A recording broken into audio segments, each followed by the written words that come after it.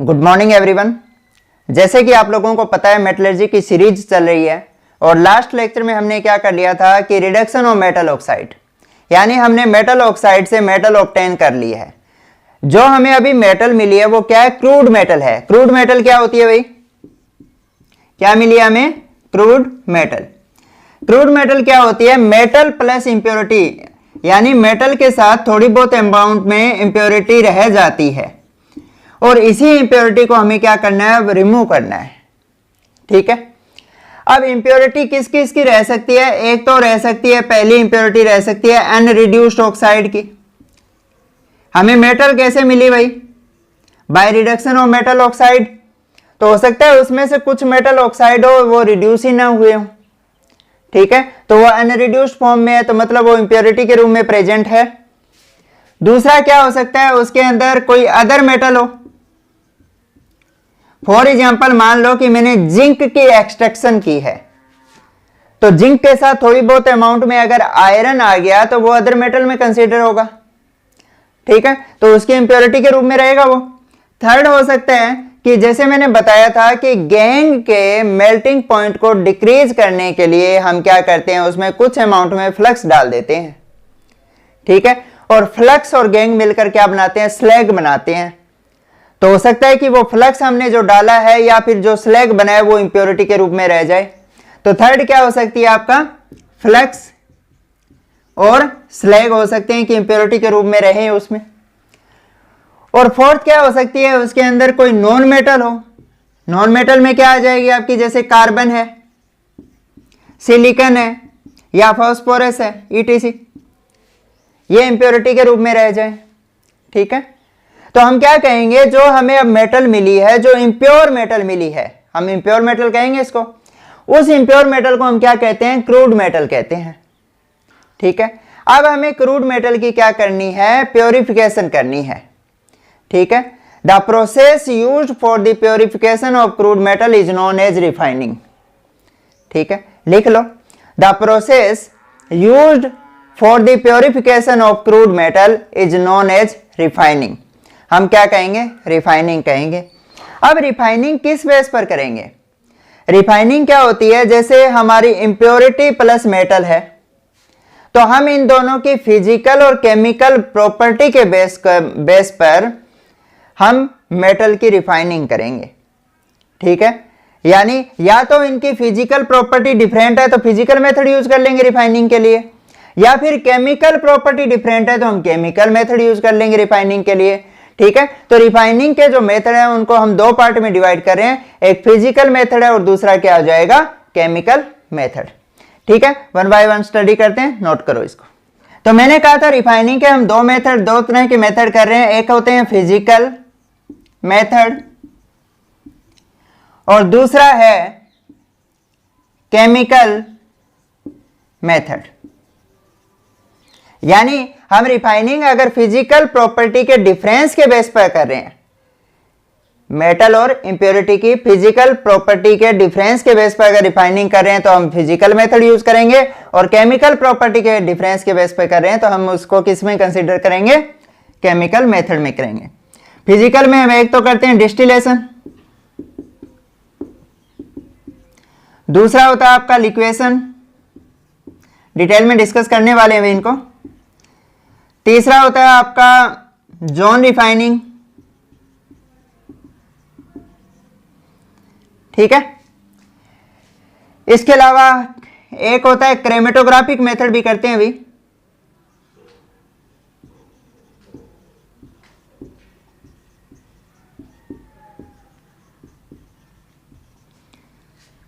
इसके बाद में केमिकल मेथड कौन कौन से यूज करेंगे हम? केमिकल मेथड में एक करते हैं हम पोलिंग, दूसरा करते हैं हम क्यूपिलेशन,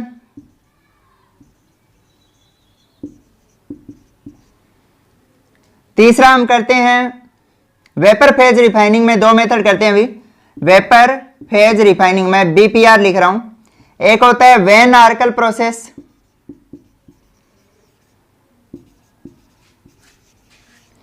और दूसरा है आपका मोंड प्रोसेस। ठीक है। इसके अलावा एक पार्टिंग मेथड भी है अभी,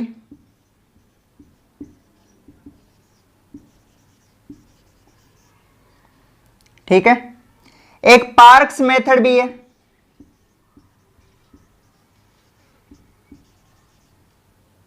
ये मेथड है अभी,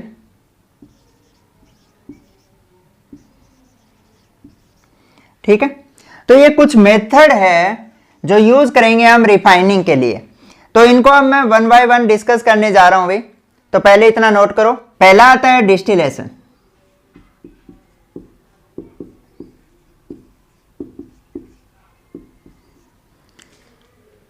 बहुत आसान मेथड है अभी डिस्टिलेशन।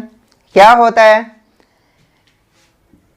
कि इसमें हम मेटल को और इंप्योरिटी को सेपरेट करते हैं on the basis of boiling point, ठीक है। हम क्या मानते हैं, इसका बेस क्या है, प्रिंसिपल क्या है इसका, या कंडीशन क्या है इसके लिए। कंडीशन ये है कि जो boiling point of metal is lower than the impurity. मैं शॉर्ट में लिख रहा हूं भी इनको। कंडीशन ये होती है यहां पर कि जो मेटल का बॉइलिंग पॉइंट है वो इम्प्योरिटी के बॉइलिंग पॉइंट से कम होना चाहिए। यानी मैं ये कह सकता हूं कि मेटल है आपकी, वो तो क्या होनी चाहिए, वोलेटाइल होनी चाहिए, और इम्प्योरिटी है वो आपकी क्या होनी चाहिए, नॉन वोलेटाइल होनी चाहिए।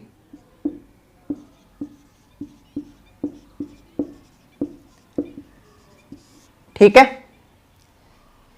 तो अब देखो, अगर मेटल आपकी वोलेटाइल है तो उसको सेपरेट कैसे करेंगे। डिस्टिलेशन आपने सुना होगा, डिस्टिल्ड वाटर, ठीक है। तो डिस्टिल्ड वाटर कैसे मिलता है, उसी बेस पर इसको करेंगे। मान लो ये कोनिकल फ्लास्क है, ठीक है। डिस्टिल्ड वाटर कैसे मिलता है वो बता रहा हूं मैं। इसमें क्या लगा देते हैं, यहां फ्रैक्शनल कॉलम लगा देते हैं। यहां नीचे से मैं क्या दे रहा हूं, हीट दे रहा हूं, ठीक है। इसमें वाटर भरा हुआ है, हीट दे रहा हूं, तो वाटर क्या होगा, वेपर की फॉर्म में उड़ेगा। वेपर की फॉर्म में जाएगा कहां भी, ये फ्लास्क था आपका, ये क्या था आपका,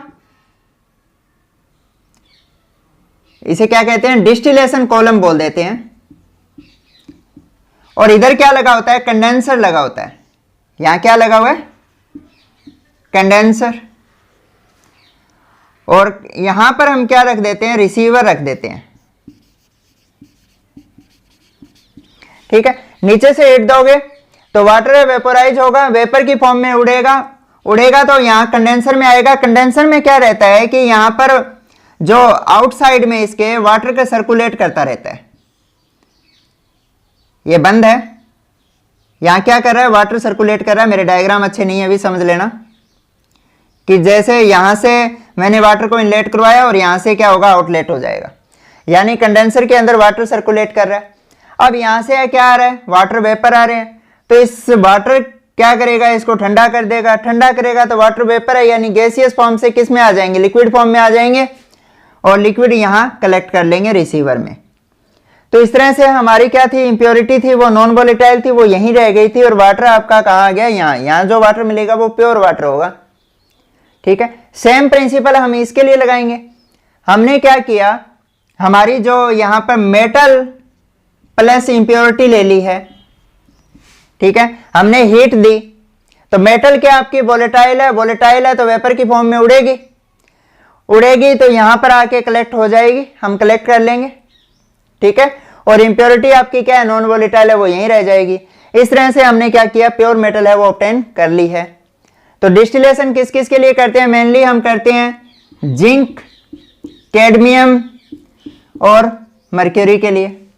आपको पता है इनमें सब में क्या है, D10 है, डी पूरी भरी हुई है, ठीक है। तो इसके बारे में मैं डिटेल में बताऊंगा। जब डी पूरी सेल भरी हुई है तो इनके बीच में इंटरेक्शन है वो वीक हो जाएगी।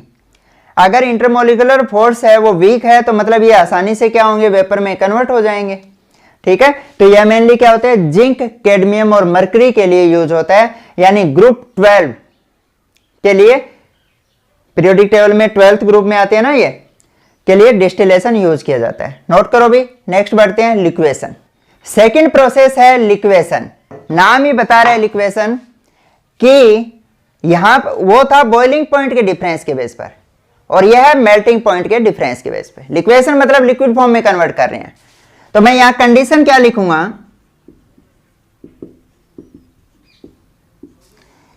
कि मेटल का जो मेल्टिंग पॉइंट है, मेल्टिंग पॉइंट ऑफ मेटल क्या होना चाहिए, लोअर होना चाहिए than the melting point of impurity. Short में लिख रहा हूं भाई, आप पूरा लिखना चाहो तो पूरा लिख लेना। कंडीशन क्या होगी, the melting point of metal should be lower than the melting point of the impurity. ठीक है, तो अब देखो इसके लिए प्रोसेस क्या होता है, प्रोसेस को समझो। पहले हम क्या करेंगे, ये मान लो रेवर्बरेटरी फर्नेस है, ठीक है, और रेवर्बरेटरी फर्नेस को मैंने इस तरह से डिजाइन किया है, क्लियर है, और यहां से मैंने इसका अपर पार्ट बना दिया।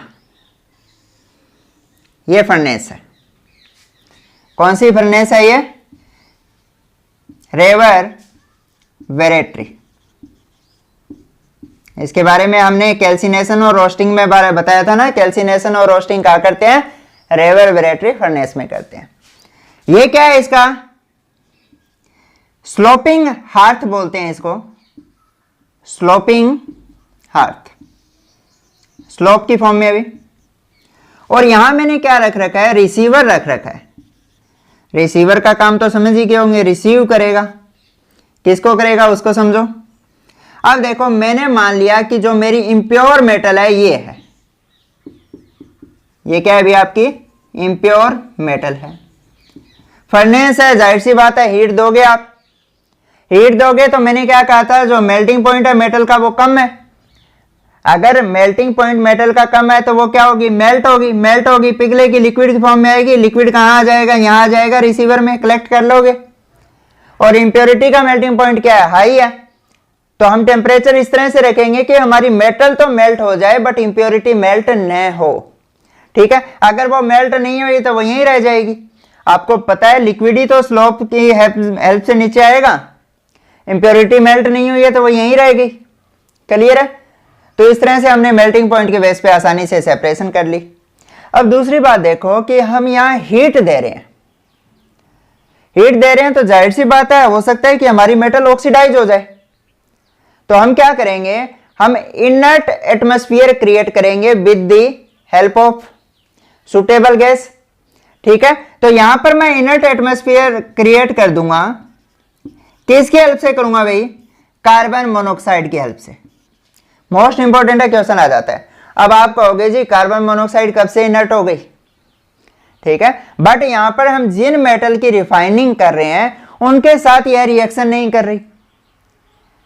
उनके साथ अगर रिएक्शन नहीं कर रही मतलब हमारे उनके लिए तो ये क्या हो गई, इनर्टी हो गई। ठीक है, तो इसलिए हम कार्बन मोनोऑक्साइड का यूज करते हैं। और यहां कार्बन मोनोऑक्साइड का यूज क्यों किया, क्योंकि आसानी से मिल जाती है ये और उनके लिए इनर्ट है। और अगर हम नोबल गैस यूज करते हैं तो वो क्या होती है, थोड़ी कॉस्टली हो जाता है प्रोसेस आपका, और हम तो ये चाहते हैं ना अभी कम खर्चे में हमारा काम निकल जाए, तो इनर्ट गैस करेंगे। और एक बात और ध्यान रखना, जो इंप्योरिटी बच जाती है यहां पर उनको ड्रॉस बोल देते हैं। इंप्योरिटी को हम क्या बोलते हैं, ड्रॉस भी बोलते हैं, ये बात याद रखना भी। कई बार ड्रॉस टर्म आ जाती है, बच्चे कंफ्यूज हो जाते हैं, पता नहीं क्या है ड्रॉस, क्या है, जो इंप्योरिटी बच गई है। क्लियर है, तो यह मेनली किसके लिए यूज किया जाता है, मेनली यह लेड और एसन के लिए यूज करते हैं, लेड और टिन के लिए इसका यूज किया जाता है। कुछ केस में बिस्मथ के लिए भी इसका यूज कर लेते हैं भाई। ठीक है, तो आप तीनों याद रख लो, लेड, टिन एंड बिस्मथ के लिए हम लिक्वेशन प्रोसेस है यूज करते हैं। बिल्कुल आसान है, ठीक है, नोट करो, आगे बढ़ते हैं। थर्ड प्रोसेस है भाई जोन रिफाइनिंग। जोन मतलब पर्टिकुलर एरिया।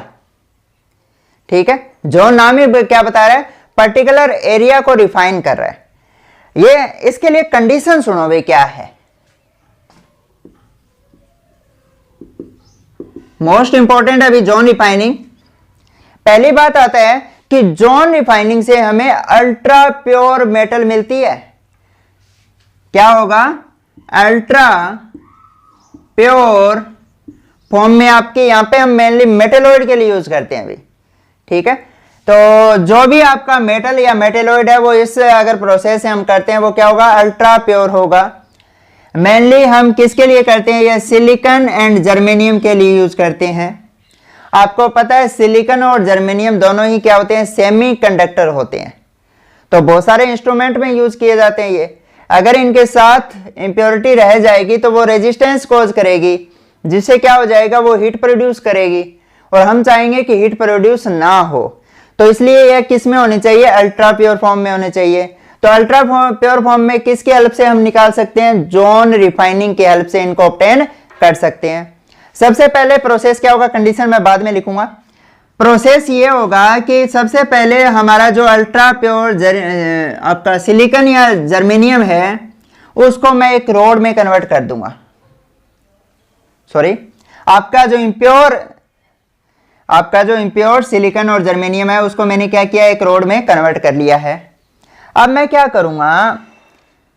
ये मान लो असेंबली है, कुछ कवर कर रखा है मैंने इसको, ठीक है। यहां पर कोई गैसेज के लिए आउटलेट बना हुआ है, यहां से कोई गैसेज एस्केप हो जाएगी। और यहां क्या कर रहा हूं मैं? सर्कुलर हीटर दे रखा है। यहां क्या है? सर्कुलर हीटर है। हीटर आपको पता है हीट देगा। तो हीटर से मैं इतनी हीट दूंगा कि आपका जो ये वाला एरिया है वो मेल्ट हो जाए, यानी दोनों ही मेल्ट हो गए, आपकी मेटल भी और इंप्योरिटी भी। ये क्या है?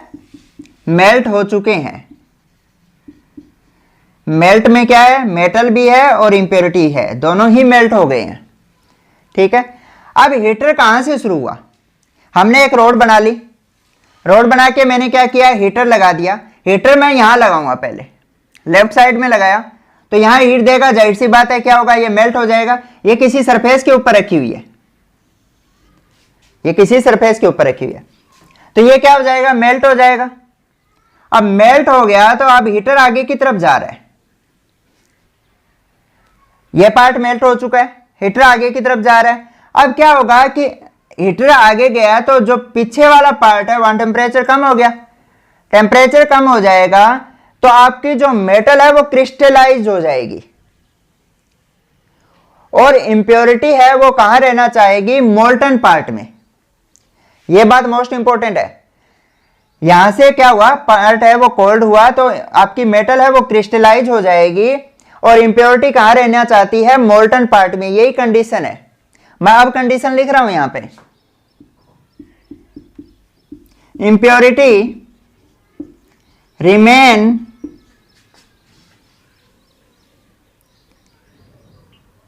dissolved in molten part, ठीक है। इंप्योरिटी क्या होगी? जो मोल्टन मेटल है उसके साथ डिजोल्व रहेगी, ठीक है। और आपका जो मेटल है क्रिस्टलाइज आउट।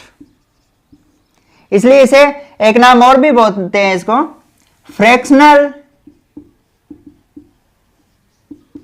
क्रिस्टलाइजेशन प्रोसेस कहते हैं। मतलब यहां फ्रैक्शनल क्रिस्टलाइजेशन, मतलब मेटल तो क्रिस्टलाइज हो गई, इंप्योरिटी है वो आगे निकल गई है।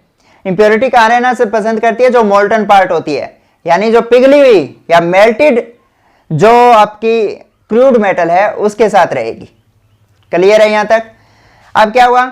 यहां पर पहले मेल्ट हुआ था, हीटर यहां से आगे की तरफ गया, पूरा पोर्शन क्रूड मेटल मेल्ट हो गई थी, यानी मेटल और इंप्योरिटी दोनों मेल्ट हो गए थे।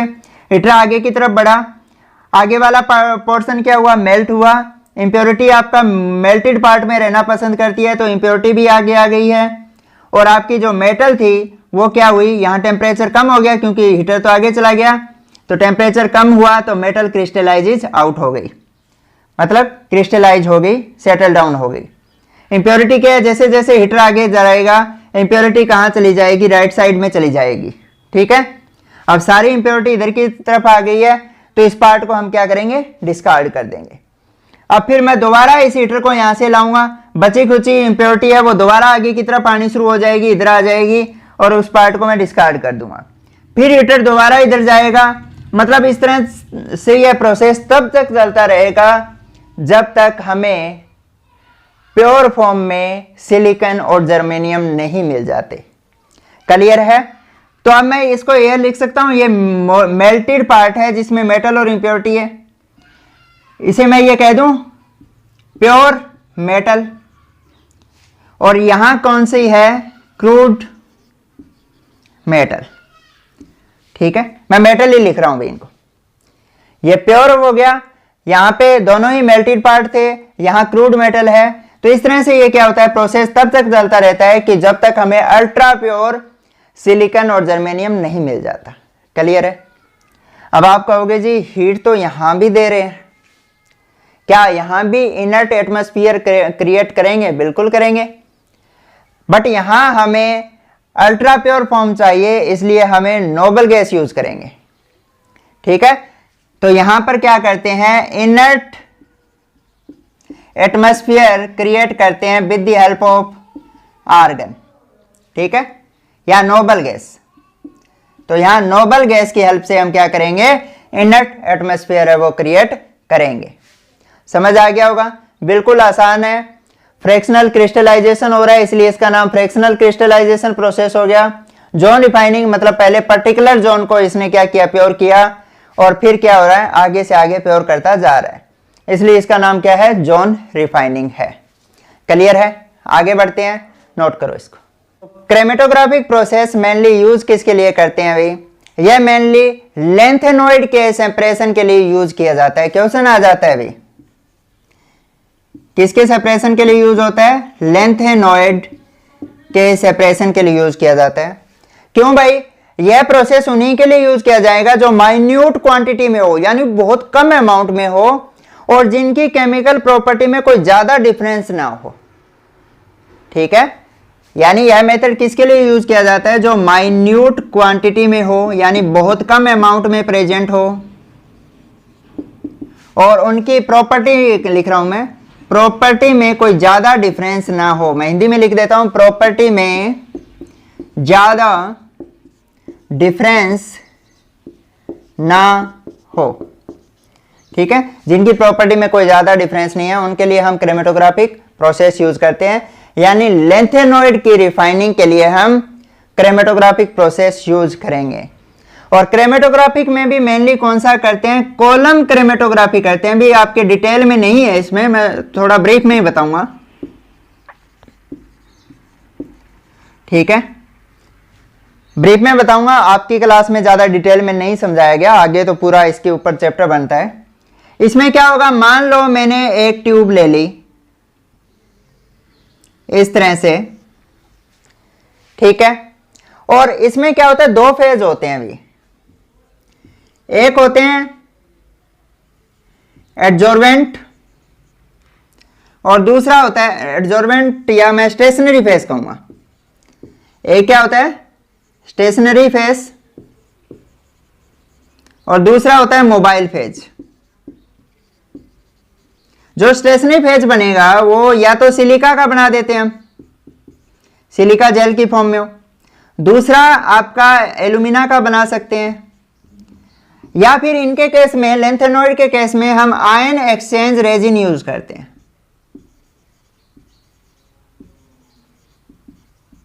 ठीक है, तो ये एडजॉर्बेंट भूल जाओ, ये स्टेशनरी फेज है।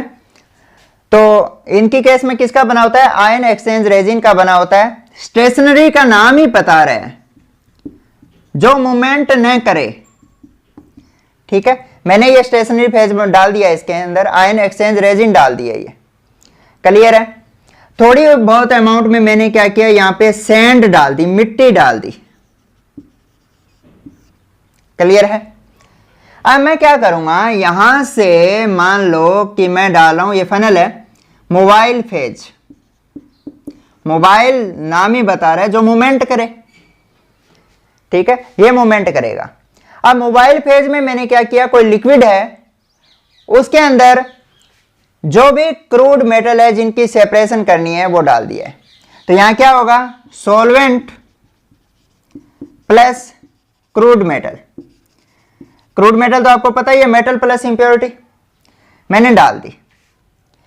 अब इसका प्रिंसिपल क्या है, यहां पे सेपरेशन होती है on the basis of adsorption affinity. Principle क्या होगा, कंडीशन क्या होगी, मैं यहां लिख देता हूं। सेपरेशन किस बेस पे होगी, separation on the basis of adsorption affinity. ठीक है, एडजॉर्प्शन तो आपको पता ही होगा, दो वर्ड होते हैं, एक एब्जॉर्प्शन होता है, एक एडजॉर्प्शन होता है। सरफेस पे किसी चीज का चिपकना एडजॉर्प्शन कहलाता है, अंदर तक पेनिट्रेट कर जाना एब्जॉर्प्शन कहलाता है। तो हम यहां क्या यूज करेंगे, एडजॉर्प्शन। ठीक है, तो मैंने क्या किया, मोबाइल फेज डाला जिसमें क्रूड मेटल है। तो क्रूड मेटल में क्या होती है, कंडीशन है ये कि आपके जो अलग अलग, आपके मान लो तीन इसमें हमने डाला कि तीन कंटेंट है इसमें, ए बी एंड सी। इसमें मैंने मान लिया कि 3 टाइप की मेटल है और मुझे तीनों को अलग अलग करना है। तो क्या हुआ कि ए की एडजॉर्प्शन एफिनिटी है वो हाई है। ठीक है, ए की एडजॉर्प्शन जो एफिनिटी है वो क्या है भाई, हाई है। बी की क्या है, मीडियम है। और सी की क्या है, लीस्ट है, सबसे कम है। ठीक है, तो मैं यहां मोबाइल फेज में डालूंगा तो मोबाइल फेज नीचे की तरफ मूव करेगा। जिसकी एडजॉर्प्शन एफिनिटी ज्यादा है वो क्या करेगा, यहीं पे एक बैंड बना लेगा, ऊपर ही रह जाएगा, इसके ऊपर वाले पार्ट में ही रह जाएगा। क्यों, एडजॉर्ब हो गया। जिसकी इससे कम थी, यहां पे किसने बैंड बना लिया, यहां पे एक बैंड बन गया ए का। जिसकी ए से कम थी वो थोड़ा सा नीचे आ जाएगा। यहां कौन सा आ गया आपका, बी वाला पार्ट आ गया। और जिसकी एडजॉर्प्शन एफिनिटी सबसे कम थी वो कहां आ जाएगा, बिल्कुल नीचे आ जाएगा, क्योंकि वो एडजॉर्ब ही नहीं होगा आसानी से। ठीक है, एफिनिटी कम है तो नीचे तक चला गया। हाई एडजॉर्प्शन एफिनिटी है तो वो ऊपर ही हो गया। ये मैंने थोड़ा नीचे बना दिया, आप यहीं बना सकते हो। ठीक है, ए ऊपर रह गया, बी की एडजॉर्प्शन एफिनिटी कम थी, यहां आ गया, और सी बिल्कुल नीचे चला गया। अब मैं क्या डालूंगा, इस तरह से सेपरेशन हो गया, ए बी और सी तीनों सेपरेट आउट हो गए हैं। अब मैं इसके ऊपर इल्यूएंट डालूंगा।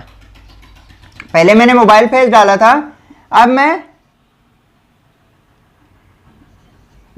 इल्यूएंट डाल रहा हूं, यानी कोई सुटेबल सॉल्वेंट डाल रहा हूं जो क्या करेगा, इनको जो एडजॉर्ब हो चुकी है मेटल उनको अलग कर देगा, डिसॉर्प्शन करवा देगा। ठीक है, तो मैंने इल्यूएंट डाला तो ये लिक्विड नीचे आएगा। सबसे पहले कौन सा निकलेगा भी, ये वाला सी वाला बैंड है वो निकल जाएगा। यहां सी आ गया, सी निकलते ही मैं इसको अलग कर लूंगा।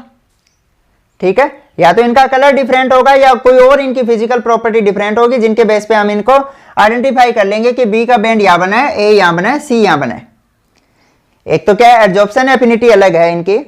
दूसरा, इनको पहचानने के लिए हमारे पास सुटेबल रिएजेंट होंगे। क्रोमेटोग्राफी बहुत ब्रॉड टर्म है जिनको मैं थोड़ा ब्रीफ में बता रहा हूं।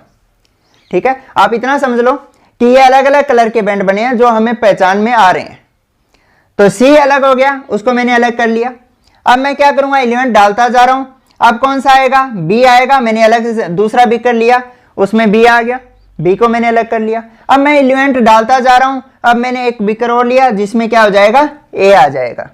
इस तरह से मैंने क्या किया, ए बी और सी की सेपरेशन कर ली है on the basis of adsorption affinity. ठीक है, मेनली किसके लिए यूज होते हैं, ये लैंथेनॉइड के लिए यूज होते हैं। तो ये फिजिकल प्रोसेस थे भी प्योरिफिकेशन के जो हमने कर लिए हैं। अब करने जा रहे हैं हम केमिकल प्रोसेस। केमिकल प्रोसेस में मैं पहला डिस्कस करने जा रहा हूं भाई वेपर फेज रिफाइनिंग की। ठीक है, तो वेपर फेज रिफाइनिंग, इसमें मैंने आपको दो प्रोसेस बताए थे, एक वेन आर्कल प्रोसेस होता है और एक मोंड प्रोसेस होता है। मोस्ट इंपॉर्टेंट है अभी दोनों के दोनों प्रोसेस। इसके लिए कंडीशन देखो भी क्या होगी। सबसे पहले मैं क्या करूंगा, आपकी जो मेटल है उसको किसी सुटेबल रिएजेंट के साथ रिएक्ट करके वोलेटाइल कॉम्प्लेक्स बनाऊंगा। पहली कंडीशन क्या होगी कि metal should form volatile complex या volatile compound with suitable reagent.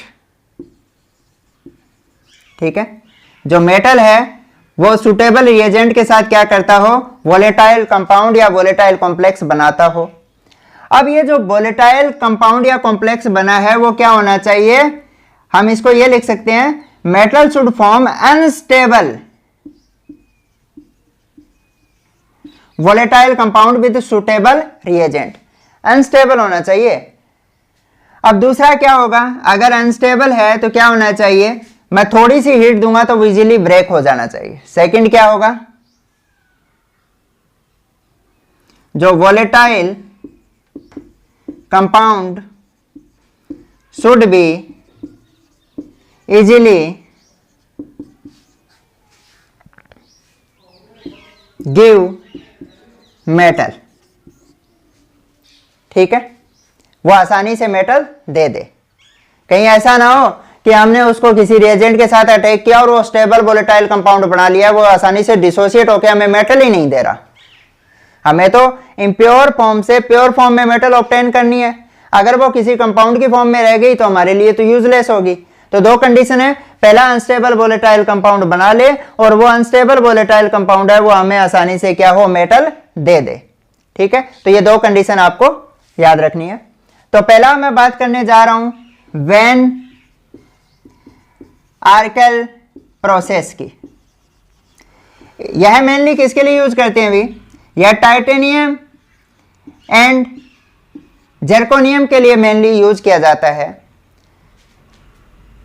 तो इसमें क्या होगा, जो आपका इम्प्योर टाइटेनियम है या जर्कोनियम है, मैं एक के लिए लिख रहा हूं, वो आयोडीन के साथ रिएक्ट करेगा और क्या बना लेगा, टाइटेनियम टेट्रा आयोडाइड। और ये कौन सा कॉम्प्लेक्स है अभी, वोलेटाइल अनस्टेबल कॉम्प्लेक्स है ये। ठीक है, अब थोड़ी सी हीट दोगे, पहले हीट तो यहां भी दी है, यहां लो टेम्परेचर रखा था और यहां क्या रखोगे, हाई टेम्परेचर रखोगे। तो हाई टेम्परेचर दोगे तो ये डिकम्पोज होके आपको क्या दे देगा, टाइटेनियम दे देगा और आयोडीन है वो निकल जाएगी। क्लियर है, तो यहां से क्या हुआ, इंप्योर टाइटेनियम से आपका प्योर टाइटेनियम मिल गया है। कैसे मिला, आपने वोलेटाइल अनस्टेबल कॉम्प्लेक्स बनाया with the help of iodine. ठीक है, तो टाइटेनियम टेट्राआयोडाइड अनस्टेबल है, इसको हाई टेम्परेचर पे आपने हीट दिया तो ये डिकम्पोज हो गया, डिकम्पोज होकर आपको प्योर टाइटेनियम दे देगा।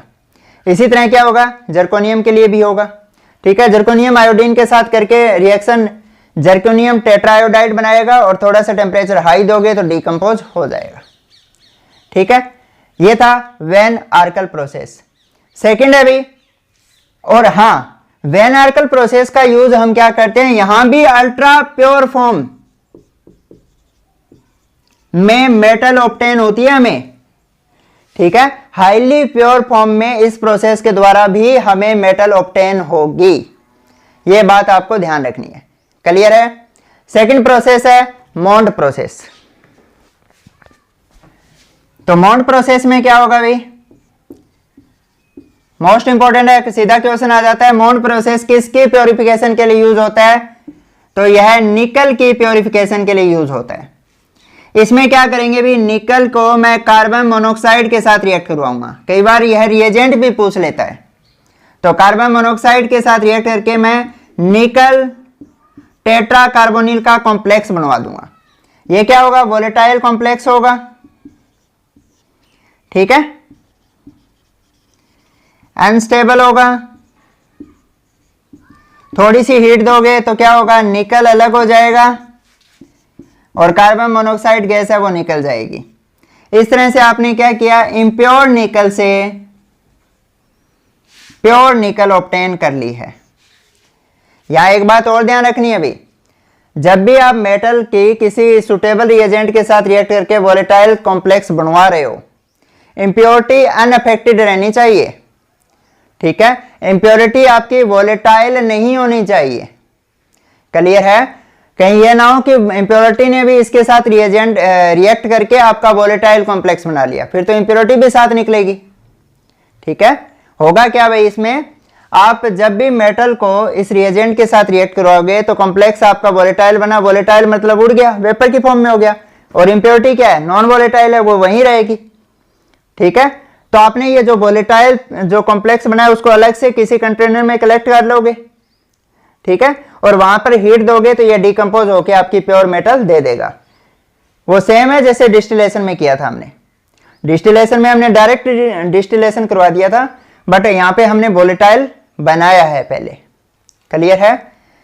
जैसे यहाँ पे आपका कंपाउंड है, मेटल प्लस इंप्योरिटी है, मेटल क्या हुई, वोलेटाइल हो गई है, यानी मेटल ने वोलेटाइल कॉम्प्लेक्स बना लिया तो ये वेपोराइज हो गया, इंप्योरिटी यहीं रह गई। इसको हमने किसी और वेसल में कलेक्ट कर लिया और वहां पर हीट देंगे तो हमें प्योर मेटल है वो मिल जाएगी। क्लियर है? तो इस तरह से हम क्या करते हैं, वेपर फेज रिफाइनिंग के द्वारा मेटल ऑब्टेन कर सकते हैं। नोट करो, आगे बढ़ते हैं। नेक्स्ट केमिकल प्रोसेस है पोलिंग प्रोसेस। तो पोलिंग प्रोसेस यूज होता है for the purification of copper and tin. Mainly copper और टिन की प्योरिफिकेशन के लिए हम क्या करते हैं, पोलिंग प्रोसेस का यूज करते हैं। प्योरीफाई किससे करेंगे भी, इन्हीं मेटल के ऑक्साइड से। ठीक है, अगर कॉपर के अंदर कॉपर का ऑक्साइड प्रेजेंट है या टिन के अंदर टिन का ऑक्साइड प्रेजेंट हो तो उनको रिमूव करने के लिए हम कौन सा प्रोसेस यूज करते हैं भी, पोलिंग प्रोसेस यूज करते हैं। ठीक है, यानी इनके खुद के ऑक्साइड प्रेजेंट हो तो उनको रिमूव करने के लिए हम पोलिंग प्रोसेस यूज करते हैं। कैसे होगा भी प्रोसेस, मान लो कि ये रेवर्बरेटरी फर्नेस है, समझाने के लिए बता रहा हूं क्या है ये, रेवर्बरेटरी फर्नेस है। अब रेवर्बरेटरी फर्नेस के हार्थ में, हार्थ मतलब तल में, आप क्या करोगे, जो भी मेटल क्रूड मेटल है उसको ले लोगे, और आपको पता है वहां पे तो हीट दी जाती है, फर्नेस है, बहुत ज्यादा हीट दोगे तो क्रूड मेटल है वो क्या हो जाएगी, मेल्ट हो जाएगी। मेल्ट हो गई। अब आप क्या करोगे, ग्रीन वुड,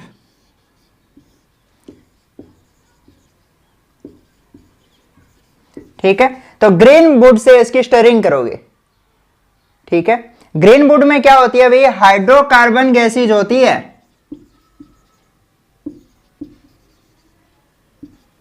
मेनली क्या होती है उसके अंदर, मीथेन होती है।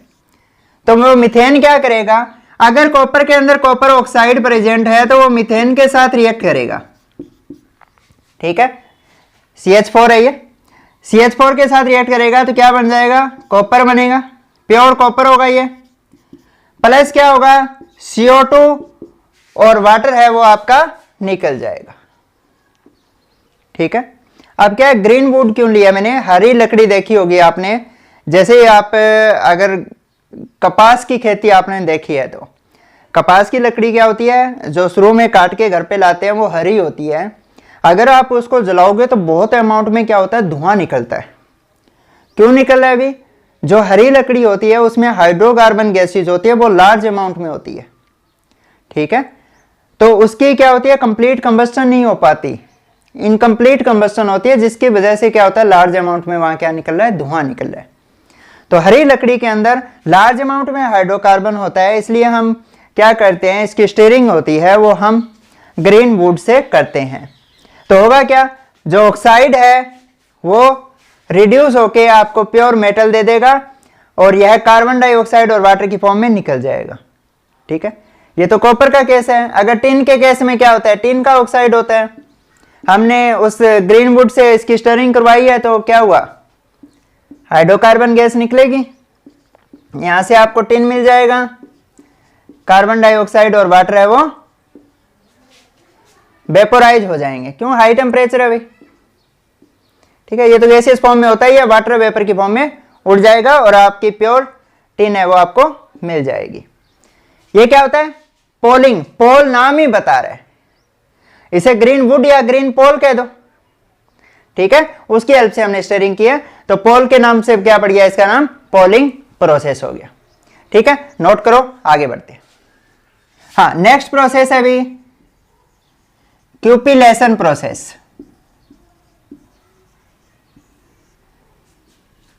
ठीक है, क्यूपिलेशन प्रोसेस, यह प्रोसेस किसके लिए यूज होता है अभी?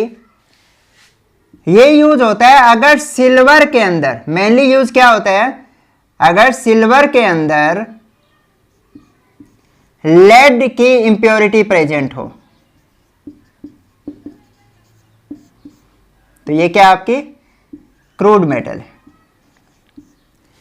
अगर सिल्वर के अंदर लेड की इंप्योरिटी प्रेजेंट हो तो उस लेड को रिमूव करने के लिए हम क्यूपिलेशन प्रोसेस यूज करते हैं। इनकी कंडीशन क्या है अभी कि आपका इसमें, इसके लिए कंडीशन क्या है, इंप्योरिटी कंडीशन लिख लो। क्या लिखोगे? जो इंप्योरिटी है वो क्या करेगी, form volatile oxide with hot air. ठीक है, तो यहां किसकी इंप्योरिटी है, लेड की है, तो लेड क्या करेगा, हॉट एयर के साथ लेड ऑक्साइड बनाएगा जो वोलेटाइल इन नेचर होगा। वोलेटाइल है तो जाहिर सी बात है उड़ जाएगा और पीछे आपका क्या होगा, प्योर मेटल मिल जाएगी। ठीक है, नाम क्यूपिलेशन क्यों पड़ा भी? इसमें क्या करते हैं, बोट शेप के, मान लो ये बोट है, ये प्रोसेस कहां हो रहा है, बोट शेप का आपका क्यूपल होता है, क्यूपल है बोट शेप का, और ये बना किसका होता है अभी, बोनेस या सीमेंट का बना होता है। ठीक है, जो क्यूपल होगा या तो बोनेस का बना होगा या सीमेंट का बना होगा, बोट शेप होती है। इसमें क्या करते हो आप, हीट दे रहे हो, यहां से क्या दे रहे हो आप, हीट दे रहे हो। ठीक है, और क्रूड मेटल होगी वो यहां रख दोगे। ठीक है, यहां क्रूड मेटल है, क्रूड मेटल में क्या होता है भाई, Ag प्लस Pb है, ये क्या हो जाएगी, मेल्ट हो जाएगी। हीट दे रहे हो तो जाहिर सी बात है मेल्ट होगी, और यहां से आप क्या करोगे, हॉट एयर पास करोगे इसके ऊपर। हॉट एयर में क्या होती है, ऑक्सीजन होती है ना, एयर के अंदर ऑक्सीजन ही होगी। ऑक्सीजन क्या करेगी, लेड के साथ रिएक्ट करेगी, क्या बना देगी, PbO बना देगी।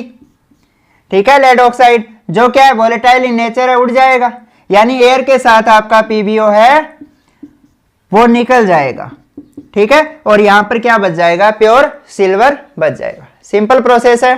तो हम मेनली किसके लिए यूज करते हैं, लेड की इंप्योरिटी को सिल्वर में से रिमूव करने के लिए क्यूपिलेशन प्रोसेस यूज किया जाता है। नोट करो, आगे बढ़ते हैं। नेक्स्ट प्रोसेस है अभी आपका पार्क्स प्रोसेस। अब ये प्रोसेस किसके लिए यूज होता है, अभी रिवर्स कर दो जो क्यूपिलेशन का, यानी अगर लेड के अंदर सिल्वर की इंप्योरिटी प्रेजेंट हो तो हम पार्क्स प्रोसेस करेंगे। ठीक है, लेड के अंदर सिल्वर की इंप्योरिटी प्रेजेंट हो, यानी हमें सिल्वर को रिमूव करवाना है, और सिल्वर को रिमूव करवाना हम क्या कह सकते हैं, डी सिल्वराइजेशन। इस प्रोसेस को हम क्या कह सकते हैं, डी सिल्वराइजेशन, यानी सिल्वर को रिमूव करवा रहे हैं हम। होगा क्या अभी इस प्रोसेस में, हम क्या करेंगे, रेवर्बरेटरी फर्नेस में दोनों ले लेंगे। मान लो ये आपकी रेवर्बरेटरी फर्नेस है, ठीक है, आप कहोगे एक ही डिजाइन बना रहे हो, आपको समझना है। ठीक है, ये क्या आपकी रेवर्बरेटरी फर्नेस है, इसके अंदर आपने क्या किया, क्रूड मेटल है वो ले ली है। ठीक है, आपने क्रूड मेटल ले लिया जिसमें Pb प्लस Ag है। इंप्योरिटी किसको कहते हैं, जो कम अमाउंट में हो वो इंप्योरिटी होती है, जो लार्ज अमाउंट में हो वो मेन मेटल होती है आपकी। क्लियर है, तो ये इंप्योरिटी है, Ag इंप्योरिटी प्रेजेंट है। अब क्या करूंगा, इस इंप्योरिटी को रिमूव करवाने के लिए मैं 1% जिंक डाल दूंगा। ठीक है, अब एक बात और देखो कि आपको पता है कि डी ब्लॉक वाले एलिमेंट होते हैं वो एलॉय बनाते हैं। क्लियर है, तो जिंक भी डी ब्लॉक में आता है, सिल्वर भी डी ब्लॉक में आता है, और लेड है पी ब्लॉक में आता है। हाँ, हालांकि लेड है वो भी सिल्वर के साथ बना लेता है, जरूरी नहीं डी ब्लॉक वाले ही बना रहे हो। एलॉय है वो आपके पी ब्लॉक वाले भी बना रहे हैं कुछ मेटल, बट जो सिल्वर है वो जिंक में 300 टाइम मोर सोल्यूबल है एज कंपेयर टू लेड। तो क्या लिखेंगे कि जो सिल्वर है वो 300 टाइम मोर सोल्यूबल है in zinc as compare to lead. ठीक है, अगर सिल्वर जिंक के अंदर 300 टाइम मोर सोल्यूबल है लेड से, तो जाहिर सी बात है जिंक और सिल्वर मिलकर क्या बना लेंगे, एलॉय बना लेंगे। ठीक है, अब होगा क्या भाई, यहां पर दो लेयर बन जाएगी। एक तो लोअर लेयर है वो मोल्टन लेड की होगी, और उसके ऊपर क्या होगी, एलॉय बनेगा किसका भी, जिंक प्लस एजी का। ठीक है, जो टेम्परेचर कम करने पे क्या हो जाएगा, सॉलिड फॉर्म में कन्वर्ट हो जाएगा। ठीक है, तो अपर लेयर को हम रिमूव कर लेंगे तो हमें क्या मिल जाएगी भी, प्योर लेड मिल जाएगी। क्लियर है, आपका सिल्वर है वो जिंक के साथ रिमूव हो गया क्योंकि वो 300 टाइम मोर सोल्यूबल था एज कंपेयर टू लेड, और लेड आपका नीचे रह गया। क्लियर होगा। अब क्या होगा, आप कहोगे जी अगर हमें यहां से सिल्वर निकालना हो इसमें से, क्योंकि सिल्वर कॉस्टली होता है, तो कैसे निकालोगे। आपको पता है जिंक क्या होती है, वोलेटाइल होता है, डिस्टिलेशन में हमने डिस्कस किया था। ठीक है, तो हम इसका डिस्टिलेशन करवा देंगे, डिस्टिलेशन करवाएंगे तो जिंक वेपोराइज हो जाएगा और पीछे क्या बच जाएगी, आपकी सिल्वर बच जाएगी। इस तरह से हमने लेड भी निकाल लिया और सिल्वर भी निकाल लिए। यह प्रोसेस कौन सा था, पार्क प्रोसेस था। डीसिल्वराइजेशन भी कहते हैं क्योंकि लेड के अंदर से सिल्वर की इंप्योरिटी को दूर करने के लिए इसका यूज करते हैं। लिखो, आगे बढ़ते हैं। नेक्स्ट प्रोसेस है भी पार्टिंग प्रोसेस। हाँ, तो पार्टिंग प्रोसेस है मेनली किसके लिए यूज होता है, गोल्ड की प्योरिफिकेशन के लिए यूज किया जाता है। अगर गोल्ड के अंदर कॉपर या सिल्वर की इंप्योरिटी प्रेजेंट हो तो हम कौन सा प्रोसेस यूज करेंगे भी, पार्टिंग प्रोसेस यूज करेंगे। ये पार्टिंग प्रोसेस के दो पार्ट होता है, एक होता है पार्टिंग विद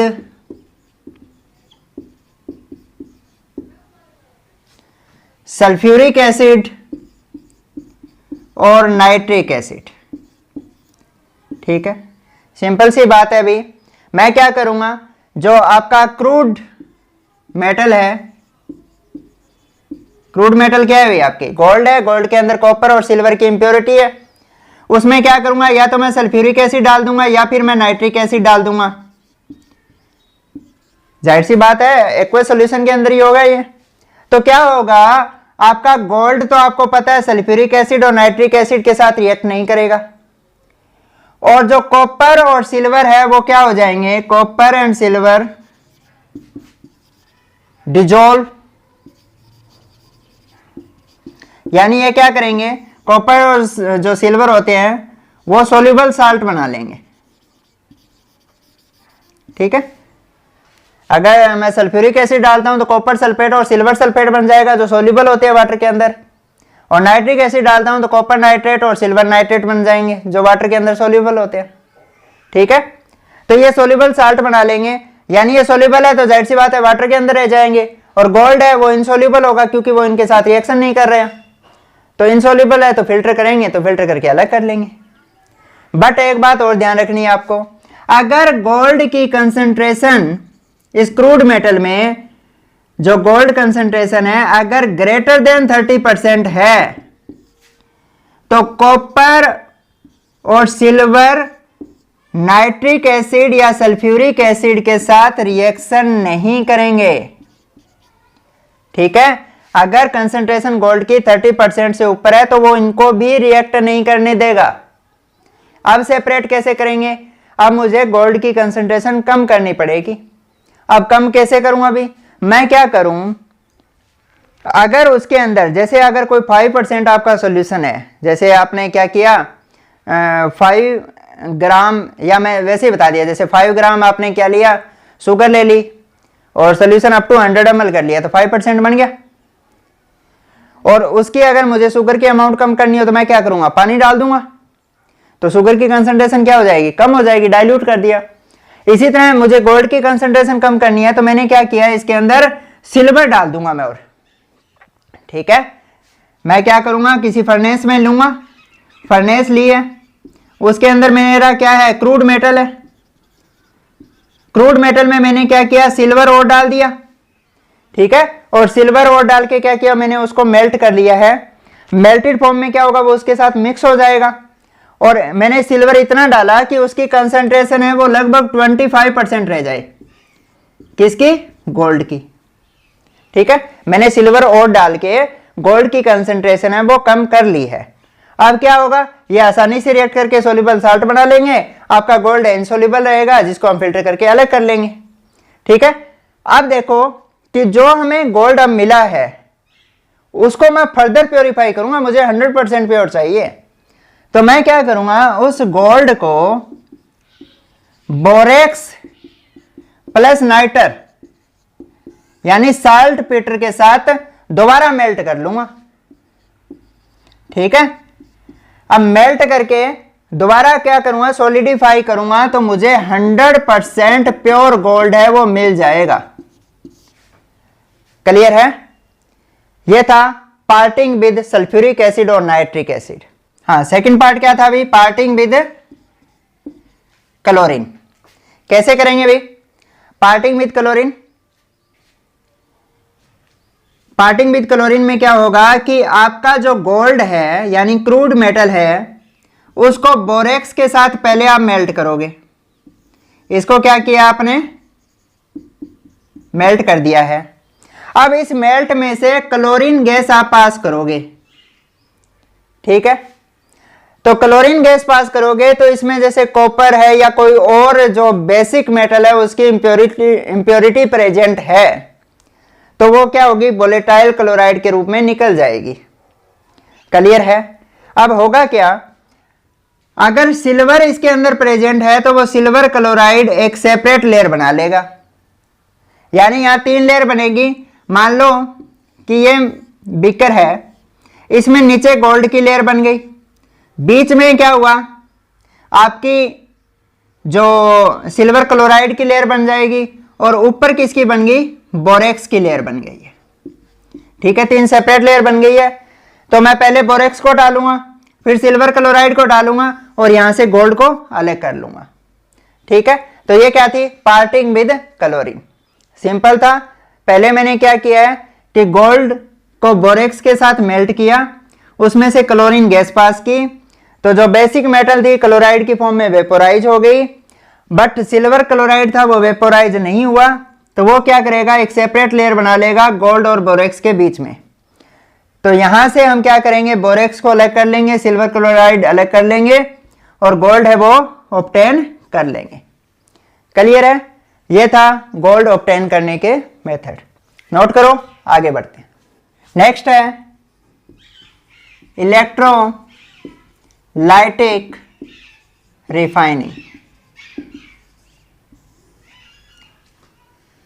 तो इलेक्ट्रोलाइटिक रिफाइनिंग हम किन मेटल की करते हैं भाई, एल्यूमिनियम की करते हैं, जिंक की करते हैं, टिन की करते हैं, कॉपर, ETC।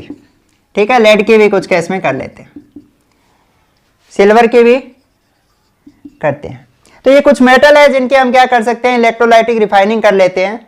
और एक बात ध्यान रखना, इलेक्ट्रोलाइटिक रिफाइनिंग से हमें हाईली प्योर मेटल मिलती है। ठीक है, कैसे करोगे भी, बहुत सिंपल प्रोसेस है, आपने इलेक्ट्रोकेमिस्ट्री में पढ़ भी रखा होगा। आपने क्या किया, 2 इलेक्ट्रोड ले लिए, एक आपने ले लिया एनोड, ठीक है, और दूसरा आपने ले लिया कैथोड। एनोड है आपका क्या होना चाहिए, थिक होना चाहिए, ठीक होगा। और एनोड किसका बना होगा भी, इम्प्योर मेटल का बना होगा। और कैथोड है वो क्या होगा, थिन होगा और यह बना होगा प्योर मेटल का। ठीक है, कैथोड मैंने थिन लिया और एनोड है मैंने थिक लिया है। एनोड इम्प्योर मेटल का है, कैथोड प्योर मेटल का है। अब क्या होगा, एनोड पे मैंने प्लस साइन लगा दिया, कैथोड पे मैंने क्या किया, माइनस साइन लगा दिया है। अब आपको यहां क्या लेना है, इलेक्ट्रोलाइट सॉल्यूशन लेना है। क्या लोगे, इलेक्ट्रोलाइट सॉल्यूशन। अब आपको पता है बिना इलेक्ट्रोलाइट के कंडक्टिविटी पॉसिबल थोड़ा ही है, तो हमें क्या करनी है, इलेक्ट्रिसिटी पास करवानी है। अब क्या होगा, एनोड पे पॉजिटिव, कैथोड पे नेगेटिव, इलेक्ट्रोलाइट डाल दिया, इम्प्योर मेटल का आपने एनोड बना लिया, प्योर मेटल का आपने क्या किया, कैथोड बना लिया है। जैसे मैं एग्जांपल ले रहा हूं यहां कॉपर का, मैंने इम्प्योर कॉपर यहां ले ली है और प्योर कॉपर यहां ले ली है, ठीक है। और मैंने यहां क्या लिया, कॉपर सल्फेट का सॉल्यूशन ले लिया है, और ये इलेक्ट्रोलाइट का सॉल्यूशन है। इसमें थोड़ी सी अमाउंट में मैंने क्या डाला, सल्फ्यूरिक एसिड डाल दिया कंडक्टिविटी बढ़ाने के लिए। कितना डाला है अभी, 15% तो आपका कॉपर सल्फेट है और 5% आपका सल्फ्यूरिक एसिड है। क्लियर है, कंडक्टिविटी बढ़ाने के लिए डाला है मैंने। अब होगा क्या भाई, आपको पता है इलेक्ट्रोकेमिस्ट्री में पढ़ चुके हो आप, एनोड पे होता है ऑक्सीडेशन, ठीक है।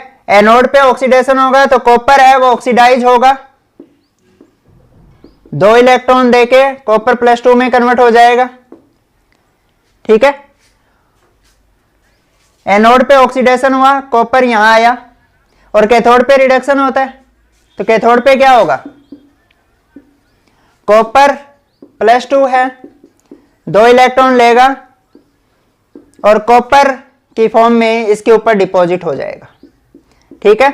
यहां क्या होगा, थिन से थिक बनती जाएगी, यानी यहां से कॉपर ऑक्सीडाइज होकर सोल्यूशन में आता जाएगा, और सोल्यूशन से कॉपर आयन है वो रिड्यूस होकर कॉपर की फॉर्म में इसके ऊपर डिपॉजिट होता जाएगा। यह थिन होती जाएगी और यह थिक होती जाएगी, समझ आ गया।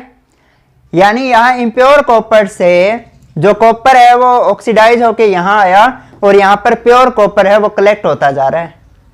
अब इसमें 2 तरह की इंप्योरिटी होगी, एक वो जो कॉपर से ज्यादा इलेक्ट्रोपॉजिटिव मेटल है, और एक वो जो कॉपर से कम इलेक्ट्रोपॉजिटिव मेटल है। अब कॉपर से ज्यादा इलेक्ट्रोपॉजिटिव कौन सी होती है अभी, जैसे जिंक है, आयरन है, ठीक है। जो ज्यादा इलेक्ट्रोपॉजिटिव है वो हमेशा क्या होगी, सोल्यूशन में रहेगी, ठीक है, वो सोल्यूशन में रहेगी। और जो लेस इलेक्ट्रोपॉजिटिव है वो क्या होगी, एनोड के नीचे जमा हो जाएगी, यहां जमा हो जाएगी भी। लेस इलेक्ट्रोपॉजिटिव क्या होती है आपकी, जैसे सिल्वर हो गया, गोल्ड हो गया, प्लेटिनम हो गया, etc, तो वो एनोड के नीचे जमा हो गई। इसे हम कहते हैं एनोड मड। क्या कहते हैं इन्हें, एनोड मड या एनोड स्लज भी बोल देते हैं, ठीक है। तो इस तरह से क्या हुआ कि आपकी इम्प्योर कॉपर से प्योर कॉपर है वो ऑब्टेन हो गई। मोर इलेक्ट्रोपॉजिटिव, नोट कर लेना, more electropositive metal remain in the solution and less electropositive metal deposited in the form of anode mud. Note कर लिया होगा आपने, ठीक है। तो इस तरह से हम क्या करते हैं, इम्प्योर कॉपर से प्योर कॉपर है वो ऑब्टेन कर लेते हैं, ठीक है। तो ये नोट करो, आगे बढ़ते हैं। अगर आप कहोगे जी अगर मुझे लेड की रिफाइनिंग करनी हो, कौन सी, इलेक्ट्रोलाइटिक रिफाइनिंग, तो मैं इसमें एनोड क्या यूज करूंगा अभी, इम्प्योर मेटल का आपको पता है एनोड होता है, तो इम्प्योर क्या है, इम्प्योर लेड आपका एनोड होगा, कैथोड क्या होगा, प्योर लेड होगा, और इलेक्ट्रोलाइट क्या होगा इसके अंदर,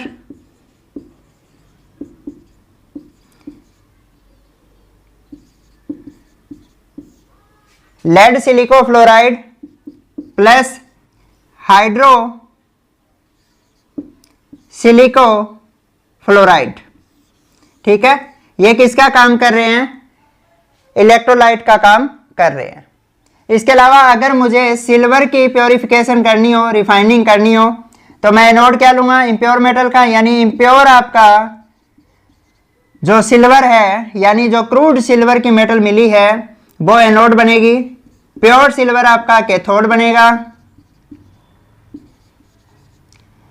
और यहां पर जो आपका इलेक्ट्रोलाइट लोगे वो क्या होगा, एक्वस AgNO3 प्लस 1% एसिड डाल देते हैं, नाइट्रिक एसिड, कंडक्टिविटी को इंक्रीज करने के लिए। ठीक है, तो ये हम लेते हैं किसके केस में, लेड और सिल्वर के केस में। कॉपर का केस मैंने बता दिया था, इम्प्योर कॉपर, फिर प्योर कॉपर, और इलेक्ट्रोलाइट सॉल्यूशन किसका लिया था, copper sulphate and sulphuric acid. 15% copper sulphate था और 5% सल्फ्यूरिक एसिड था। नोट करो इसको। और ये था आपका रिफाइनिंग ऑफ क्रूड मेटल। ठीक है, मिलते हैं जल्दी नेक्स्ट वीडियो के साथ। Thank you.